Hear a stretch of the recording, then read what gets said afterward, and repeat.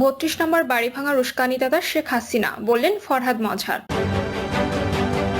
দালাল ভাঙতে পারবে, ইতিহাস মুছতে পারবে না, বলছেন শেখ হাসিনা। শেখ মুজিবের বাড়ি যেন ধ্বংসস্তূপ, পড়ল হাসিনার সুধা সদন। এবার নুহাস পল্লী নিয়ে যা বললেন পিনাকি। শুনছিলেন সংবাদ শিরোনাম, এবারে বিস্তারিত। ৩২ নম্বর বাড়ি ভাঙার উস্কানিদাতা শেখ হাসিনা, বললেন ফরহাদ মজহার।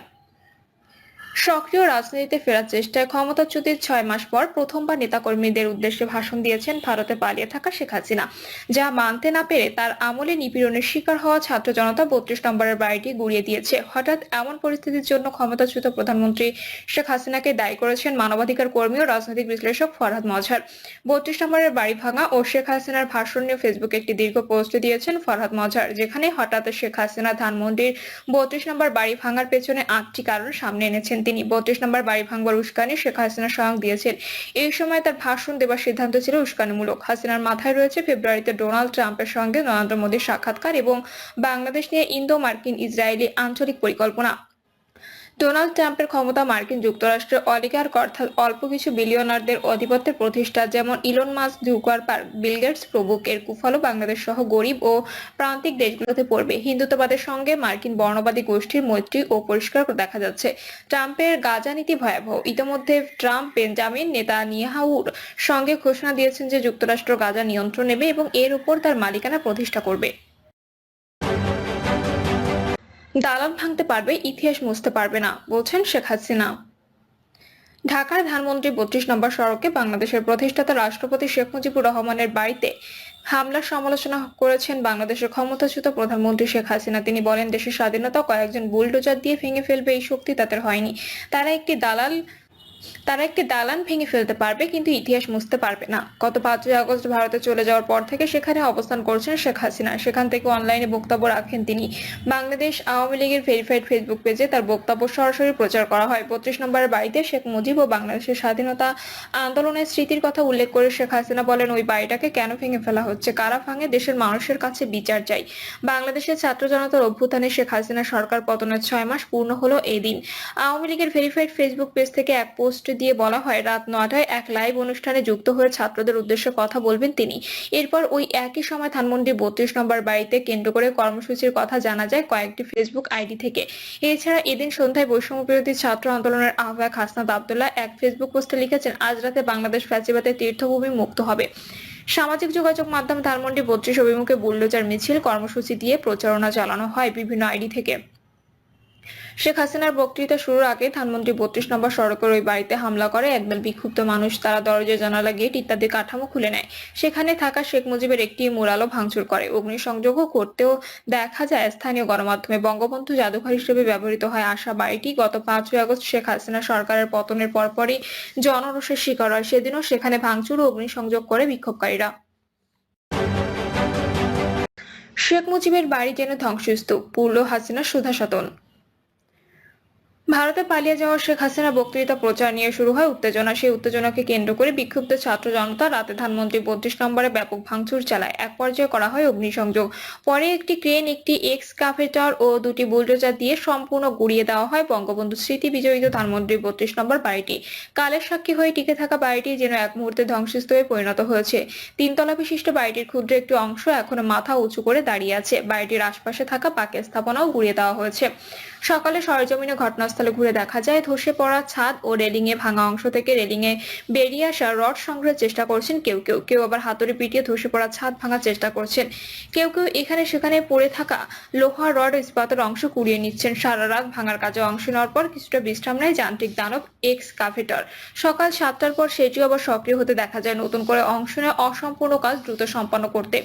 এ সময় কয়েকজন সংবাদকর্মীকে ব্যস্ত থাকতে দেখা যায় খবর সংগ্রহে। মাল্টিমিডিয়া কর্মীদের সরাসরি লাইভে অংশ নিতে দেখা যায়।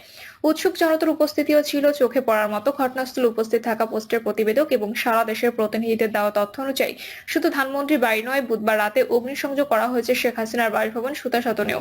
এছাড়া ঢাকার বাইরে খুলনা, যশোর, কুষ্টিয়া, বরিশাল, সিলেট, রংপুর, ভোলা ও পিরোজপুরে শেখ হাসিনার আত্মীয় এবং আওয়ামী লীগ নেতাদের বাড়িসহ বিভিন্ন ভাস্কর্য, মুরাল ভাঙচুর, অগ্নিসংযোগ করা হয়েছে।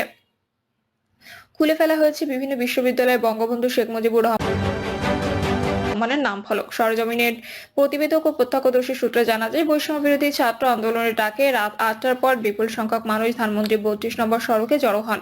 সময় বাড়ার সঙ্গে সঙ্গে বাড়তে থাকে ছাত্র জনতার ভিড়। এক পর্যায়ে ছাত্র জনতা গেট ভেঙে ধানমন্ডির 32 নম্বরের 3 তলা বিশিষ্ট বাড়িটির ভেতরে ঢুকে শুরু করে ভাঙচুর। কেউ কেউ লাঠিসোঁটা ও শাবল হাতে ভাঙচুরে অংশ নেন, কেউ কেউ আবার জানালার গ্রিল, কাঠের ফ্রেম ও ফটকের অংশবিশেষ ভেঙে নিয়ে যান।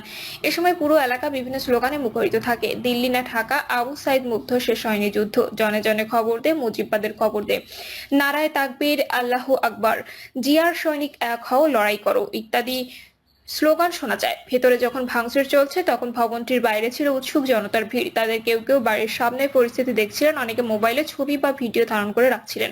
রাত 11টার দিকে একটি ক্রেন ও একটি এক্সকাভেটর 32 নম্বর বাড়ির সামনে উপস্থিত হয়। শুরু হয় বাড়ি ভাঙার কাজ। রাত 12:30 নাগাদ বাড়িটির এক পাশে ভাঙা শেষ হয়। রাত 1টার দিকে আনা হয় আরো দুটি বুলডোজার, সেগুলো দিয়ে বাড়িটির পাশে অবস্থিত দুটি স্থাপনা ভাঙা শুরু হয়। একদিকে চলে ভবন ভাঙার কাজ, অন্যদিকে ভবনটির উল্টো পাশে খোলা জায়গায় প্রজেক্টরে দেখানো হচ্ছিল জুলাই অভ্যুত্থানের প্রামাণ্য চিত্র। সেখান থেকে মাইকে ঘোষণা দিয়ে বলা হয়েছিল, যাদের ভবন ভাঙার ইচ্ছা আছে তারা সামনে গিয়ে ভেঙে আসেন, আর এখানে যারা প্রামাণ্য চিত্র দেখতে চান তাদের সুযোগ করে দেন। এ সময় 32 নম্বর সড়কের উপর দুটো পুলিশ ভ্যান ছাড়া আইন শৃঙ্খলা রক্ষাকারী বাহিনীর সদস্যদের তেমন উপস্থিতি দেখা যায়নি। মধ্যরাতে সেখানে উপস্থিত হন সেনাবাহিনীর সদস্যরা, তবে তারাও একসময় ঘটনাস্থল ত্যাগ করেন। সেখানে উপস্থিত বিক্ষুব্ধ ছাত্র জনতা জানান, মুজিবের বাড়ির শেষ ইটটি গুড়িয়ে না দেওয়া পর্যন্ত তারা সেখান থেকে নড়বেন না।